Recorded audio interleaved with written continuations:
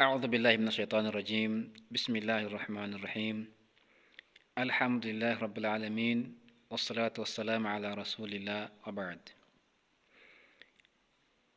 bavandimwe inshuti bakunzi ba gusenga Imana imwe TV, uyu ni wa mwanya mwiza wo gukurikirana amawahiza tuba twagenewe n'umuvandimwe wacu Sheikh Iyamuremye Isa.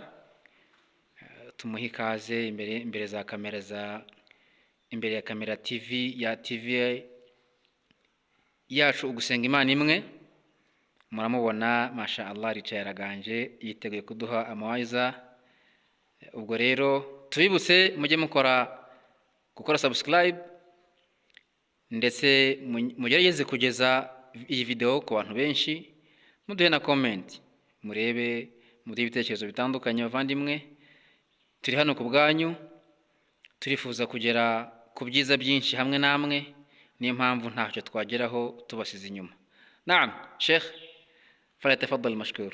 نعم الحمد لله رب العالمين. السلام عليكم ورحمة الله وبركاته. وعليكم السلام ورحمة الله وبركاته. turashimira Uwiteka Allah subhanahu wa ta'ala we waturamukije turi bazima. Ubu ngubu hari bamwe bari kwa muganga, hari bamwe bapfuye, hari bamwe bafite ibibazo bigiye bitandukanye, ariko wowe uri kundeba nawe uri kwiyumva, turashimira Uwiteka Allah subhanahu wa ta'ala ko turi bazima. Arakoze rero umunyamakuru wacu, uyu munyamakuru ni umunyamakuru mwiza cyane, aza atubaza ibibazo bikenewe, ibibazo bifite gahunda. Nayo mpamvu bwana munyamakuru abenshi ahunda gufatira za comments na za like nyinshi, baza bakumbaza ati se witwa nde, ariko inshallah taala zavuga izina ryawe indi video ikurikira. Na uyu mwanya rero arakoze cyane, ngiye kubabwira, tugiye kuganira impamvu z'ibihano byo mwumva. Bayisilamu uko byagenda kose, namwe mutari abayisilamu, gupfa ntabwo ari iby'abayisilamu gusa, ndetse gupfa n'iby'abantu bose, ikiremwa cyose nk'uko Imana bivuze cyose kizasogongera ku rupfu.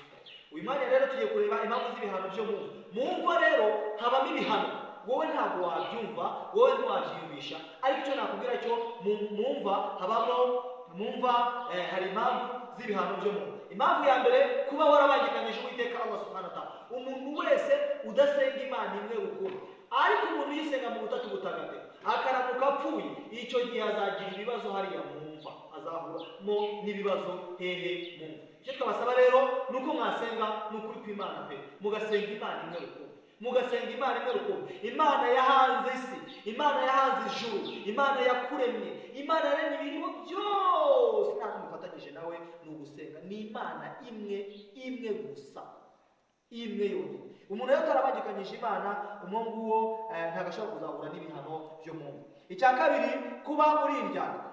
Abantu bazi impamvu zituma ubona ibihano byo mwumva, ubona impamvu z'ibihano byo mwumva, kuba uri indyarya. Bayisilamu, kuba indyarya ni iki? Ibimenyetso biranga indyarya ni bitatu: iyo aganira arabeshya, yaba yizera agahemuka, yatanga isezerano akagira gute, akagica. Icyo gihe ububaye iki? Ububaye indyarya. Icya gatatu, kutirinda inkari. Inkari Bayisilamu ni umwanda.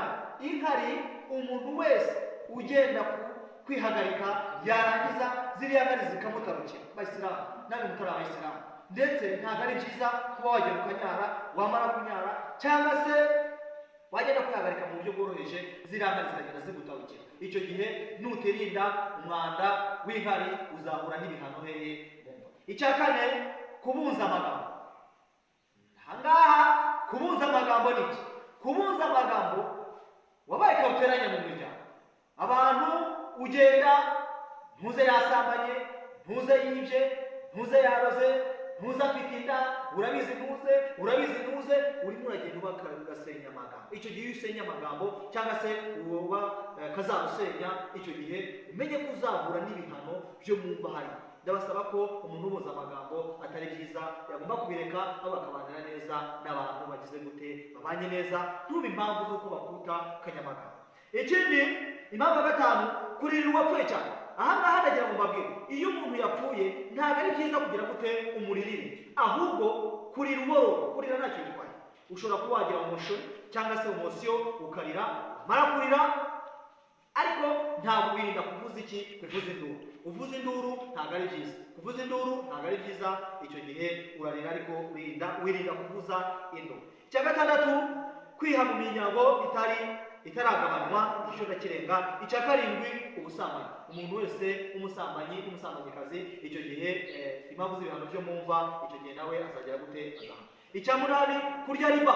Ndashyiraho gakeya, ndabanza amaganiro gakeya.